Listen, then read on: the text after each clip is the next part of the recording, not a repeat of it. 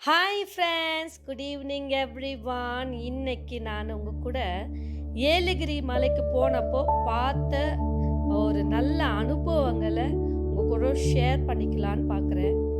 இங்கே பார்த்தீங்களா, ஒரு அக்கா பூ பறிச்சிக்கிட்டு இருக்காங்க. அந்த பக்கமே கிராஸ் பண்ண முடியலங்க, அவ்வளோ நல்ல வாசனை. அங்கேயே ஸ்டே பண்ணலாமா அப்படின்னு இருந்துச்சு. சூப்பரான ஒரு பூவு. அது எல்லாருக்குமே தெரிஞ்ச பூ தான். நிறைய இடத்துல வித்துட்டு இருப்பாங்களே, ஒரு sandal colour yellow mixed golden ப்ரௌன்ல இருக்கிற சம்பங்கி, அதாவது சம்பா அப்படின்னு ஆங்கிலத்தில் சொல்லுவாங்க.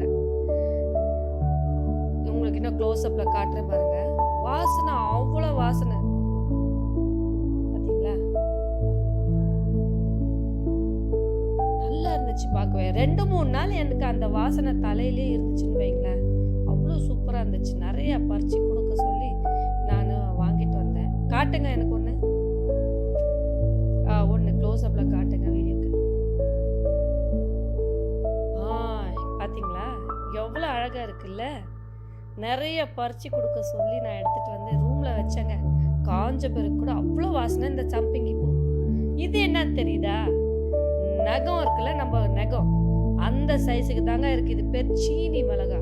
சர்க்கரையா இருக்குமா இனிப்பா இருக்குமான்னு பார்த்தா அதுதான் இல்லை. உருவம் தாங்க சின்னது, ஆனால் காரம் பா. அதை பறிச்சது கூட அந்த விரலெல்லாம் அவ்வளோ காரங்க. அடுத்தது நம்ம இந்த மிளகா பறிச்சிட்டோம். வேற ஒன்று காட்டுற பாருங்க. எனக்கு எல்லாம் இந்த மாதிரி வீடு ரொம்ப பிடிக்குங்க. வெரி ரேர் இந்த மாதிரி மஞ்சு வீடு.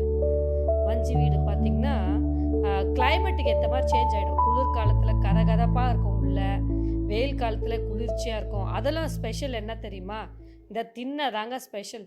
இனிமேல் ஒரு மாடி வீடு கட்டினா கூட இந்த திண்ணை வச்சு கட்டலான்னு பார்க்குறேன். ஏன்னா ஒருத்தருக்கு ஒருத்தர் உட்காந்து பேசிக்கிட்டு அந்த டீ குடிச்சிட்டு மழை காலத்தில் அந்த மழையை ரசிச்சுக்கிட்டு காலையில் எழுந்திரிச்சு அந்த பறவைங்க கோழிங்க எல்லாத்தையும் பார்த்துட்டுப்பா, அதோட ஒரு இதுவே தனிங்க. அந்த கிராமத்தில் ஒரு ஃபார்ம் ஹவுஸ் கட்டினா இந்த மாதிரி கட்டணுங்க நல்லா. அது பார்த்தீங்கன்னா இங்கே கிச்சன் பாருங்களேன், சூப்பராக இருக்குல்ல. கேஸ் தேவையில்லை, ஒன்றும் தேவையில்லை. அங்கே இருக்கிற விறகு எடுத்துகிட்டு வந்து இது மாதிரி வச்சு மெயின் அடுப்பு ஒன்று, சைடில் இதில் குழம்பு வச்சுக்கலாம்.